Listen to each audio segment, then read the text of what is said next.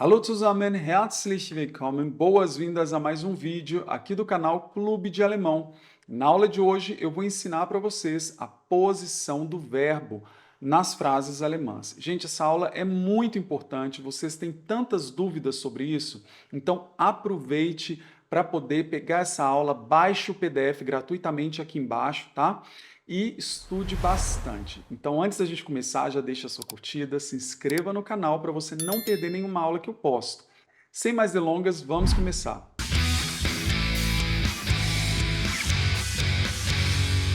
Hoje, então, eu vou ensinar para vocês qual é a posição, tá, dos verbos nas frases alemãs. Eu já falei ao longo de várias outras aulas sobre isso, mas eu achei importante trazer de forma bem resumidinha aqui para vocês, tá? Hoje nós vamos tratar das frases declarativas, que são as mais importantes, são aquelas frases afirmativas e negativas. E qual é a regra? Gente, existe apenas uma regra que diz o seguinte: o verbo conjugado, ele aparece na segunda posição da oração. Então a gente tem que tratar de ver qual é o verbo conjugado e a gente coloca ele na segunda posição. Eu trouxe muitos exemplos para você sair de hoje aqui sabendo tudo. Vamos lá. Vamos começar com verbos modais. Se você não sabe o que são verbos modais, eu já criei várias aulas sobre o assunto, tá? Então aqui na descrição eu vou deixar algum vídeo ensinando sobre os verbos modais para você assistir depois de assistir a este daqui. No alemão nós temos 6 verbos modais. Quais são eles? Können, dürfen, müssen, wollen, sollen e nós temos também o verbo mögen, que a gente usa quase sempre como möchten, tá? Então, esses 6 verbos modais, eles, quando a gente tiver uma frase declarativa, né, afirmativa ou negativa, eles aparecem na segunda posição. Aí, olha só, quando eu falo de verbos modais, eu sempre vou ter 2 verbos. Eu vou ter o verbo modal e o verbo principal, que é o verbo que ele modifica. Então, aqui, quando eu quero dizer, por exemplo, eu quero comer bolo esta noite, o modal é o quero e o principal é o comer. Então, aqui, quando eu falo eu quero comer, é diferente de falar eu como. Então, o quero está modificando o comer, tá? Então, em alemão, o quero vai ficar na segunda posição e o comer vai ficar lá no fim da oração, na última posição. Essa frase do jeitinho que está aí é obrigatória essa posição, tá? Então, ich will heute Abend Kuchen essen. Eu quero comer bolo esta noite. Tá? Em alemão seria como se eu dissesse eu quero esta noite bolo comer. Tá? Então eu separo o verbo principal do verbo modal. Então o modal fica na segunda posição. Mas aí você me pergunta, isso é uma característica dos verbos modais ficar na segunda posição? Não. Por quê? O verbo modal é aquele que está conjugado. O verbo principal ele está no infinitivo. O que é verbo no infinitivo? É o verbo na forma de dicionário, ou seja, não conjugado. No português, o verbo quero, na forma infinitiva, é querer. Aqui ele está conjugado. Se está conjugado, precisa estar na segunda posição. Vamos para um outro exemplo. Wir können Deutsch sprechen. Nós sabemos falar alemão, nós podemos falar alemão. O verbo können, ele significa poder no sentido de saber fazer ou conseguir. Então a gente traduz como nós sabemos falar alemão. Se eu fosse traduzir palavra por palavra, ficaria nós sabemos alemão falar. Por quê? No alemão, como eu falei para vocês, o verbo conjugado fica na segunda posição e o verbo, né, no caso, o verbo no infinitivo, fica na última posição. Então, segunda e última. Agora, eu peguei aquela mesma frase da letra A, deixa eu voltar aqui para vocês verem, que seria Ich will heute Abend Kuchen essen. Aí, o que que eu vou fazer? Eu vou trocar aqui a primeira posição por outro elemento. Então, eu vou falar o seguinte. Aliás, né, eu peguei a frase aqui da letra B, mais fácil ainda. Então, ao invés de falar Wir können Deutsch sprechen, eu vou falar Deutsch können wir sprechen. O que que acontece? Seria como se no português a gente estivesse falando o seguinte: alemão, nós sabemos falar. Então a gente começou a frase pelo objeto e não pelo sujeito.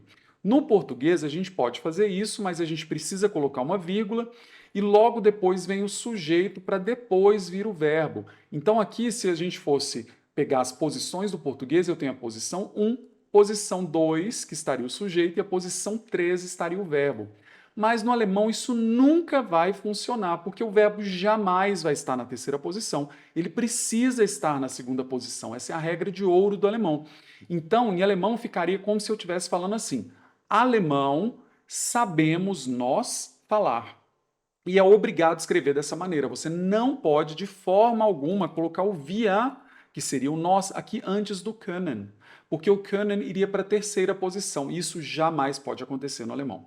O verbo conjugado precisa estar na segunda posição, aconteça o que acontecer. Então, neste caso, é como se a gente tivesse feito isso daqui, olha. Alemão sabemos nós falar. E no alemão isso está correto, tá? Então vamos lá, verbos separáveis. No alemão nós temos alguns verbos que eles são compostos por duas partes. Uma parte é um prefixo e uma parte é verbo. Aí o que acontece? O alemão ele é muito inteligente. Ao invés de criar novas palavras para novos verbos, ele pega os verbos que ele já tem e adiciona um prefixo que modifica esse verbo. Então, por exemplo, o verbo gehen, ele significa ir. Quando eu adiciono o prefixo aus dá a ideia de para fora. Então, ir para fora, sair. Ao invés de criar uma nova palavra, a palavra sair, eles utilizam o mesmo verbo e colocam um prefixo. Só que a gente chama esse tipo de verbo que tem prefixo de verbos separáveis. Por quê? Vocês vão ver aqui que o que antes era um prefixo, ele se separa na hora de conjugar. Pois é, então vamos lá, vamos entender. O prefixo é o aus e gehen é a parte verbal. A parte verbal a gente conjuga e verbo conjugado vai na segunda posição. Então, ich gehe jeden Abend aus. Eu saio todas as noites. Entenderam? Então, aqui, olha, se você procurar o verbo sair no dicionário, ele vai aparecer assim juntinho, tudo junto, o aus e o gehen, numa palavra só. Ausgehen, esse é o verbo.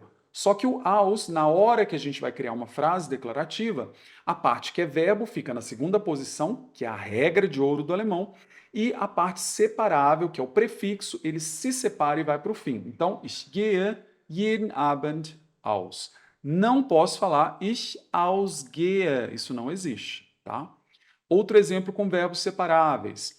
O verbo zu machen. Machen quer dizer fazer e zu dá a ideia de fechado. Então, fazer ficar fechado seria fechar. Então, na hora de conjugar numa frase declarativa, a parte que é verbal fica na segunda posição e a parte que antes era prefixo passa a ficar na última posição da oração. Então, ela fecha a janela, sie macht das Fenster zu. Tá? Isso vai acontecer com todos os verbos separáveis. A parte verbal fica na segunda posição e a parte que antes era prefixo vai para a última. Vamos ver agora locuções verbais. Gente, o que são locuções verbais? Locuções verbais é quando eu preciso de dois verbos para dar ideia de uma ação. Então, por exemplo, no português nós temos o verbo passear. Para nós, a gente não precisa colocar outro verbo ali para dar ideia de ir, por exemplo, no parque, caminhar, passear. No alemão a gente precisa. Em alemão são dois verbos que juntos formam uma ideia. Por exemplo, spazieren gehen. No português nós temos várias locuções verbais. Aqui, por exemplo, eu poderia falar algo do tipo sair de passeio.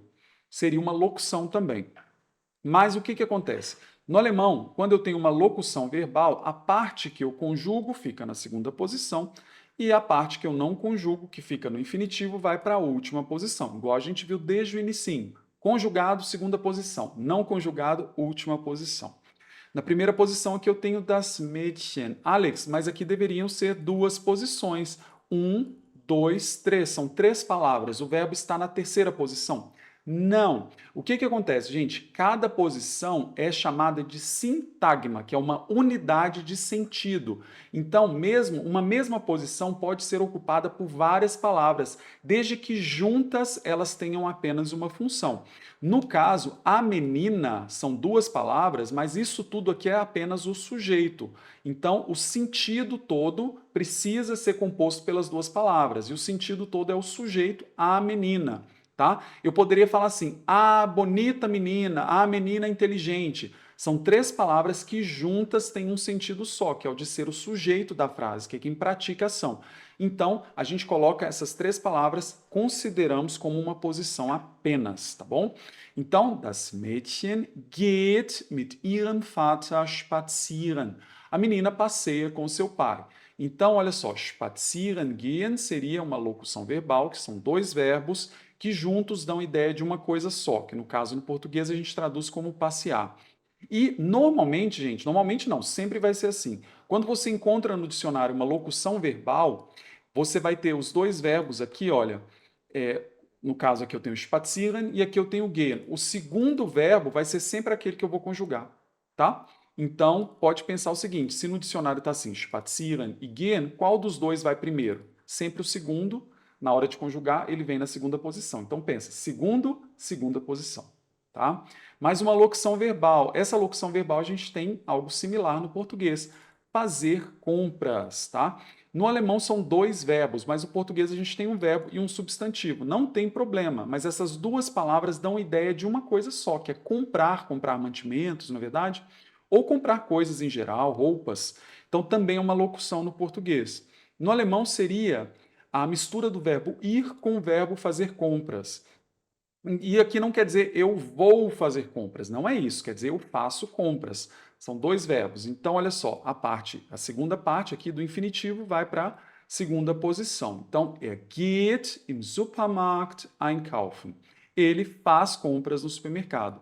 O simples fato de falar geht einkaufen quer dizer ele faz compras, não é ele vai fazer compras, tá, gente? Cuidado para não confundir, porque no alemão a gente não usa o verbo ir para poder indicar futuro, tá? A gente usa o verbo ir em locuções verbais dessa maneira. Agora nós temos também o Perfect. Perfect é um passado que nós temos no alemão. É um passado composto. Então ele vai ter uma parte que vai ser um verbo auxiliar e vai ter outra parte que é o particípio do verbo, que é o que está de fato no passado. Então, para a gente construir esse passado no alemão, a gente precisa de dois elementos: um verbo auxiliar e o verbo que está no particípio, que a gente chama de Partizip 2. Se você não conhece o Perfect, eu já fiz vários vídeos sobre isso. Você entra aqui no canal Clube de Alemão e vai ter assim, você vai encontrar diversos vídeos sobre isso, tá? Então, para falar assim, o menino leu um livro, eu falo der Junge hat ein Buch gelesen. Esse gelesen, gente, é o particípio do verbo lesen, que é o verbo ler, ou seja, o passado desse verbo. Só que eu preciso do verbo auxiliar haben, e é ele que vai estar conjugado. Logo, ele precisa aparecer na segunda posição. Der Junge hat ein Buch gelesen. Alex, eu poderia falar da seguinte maneira: Der Junge hat gelesen ein Buch? Não, nunca. Isso não pode acontecer no alemão, tá? Então, eu preciso separar, sim, a parte conjugada da parte aqui que está no passado perfeito. Tudo bem? Além disso, no passado composto do alemão, né, eu falei para vocês que nós temos um verbo auxiliar. Só que esse verbo auxiliar pode ser haben ou pode ser sein. Vai depender se o verbo que ele auxilia tem a ver com deslocamento. Se tem a ver com deslocamento, movimento, a gente usa o sein. Se tem a ver com, não tem a ver com deslocamento, a gente usa o haben. Mas eu não quero entrar nesse detalhe aqui agora, tá? Eu já parto do pressuposto que você tem algum conhecimento sobre o Perfect. Se você não tiver, você entra aqui no Clube de Alemão, no canal, se você não está inscrito, se inscreve e você vai digitar lá na busca, né? Perfect, Clube de Alemão, o que você quiser, tá bom? Então aqui, olha só, para falar nós fomos ao cinema, em alemão fica assim: Wir sind ins Kino gegangen. Gegangen é o particípio, né, do verbo gehen, que é ir. Só que o que vai ser conjugado, na verdade, é o verbo auxiliar, é sempre o auxiliar que vai ser conjugado, então ele fica na segunda posição, tá? E com isso nós terminamos mais uma aula. Eu espero muito que vocês tenham aprendido e gostado. Se você gostou, deixe a sua curtida, se inscreva no canal, conta aqui embaixo para mim se essa aula te ajudou. E outra coisa, baixe o material em PDF, é gratuito. O link está aqui embaixo e eu te vejo na próxima aula. Até lá, tchau!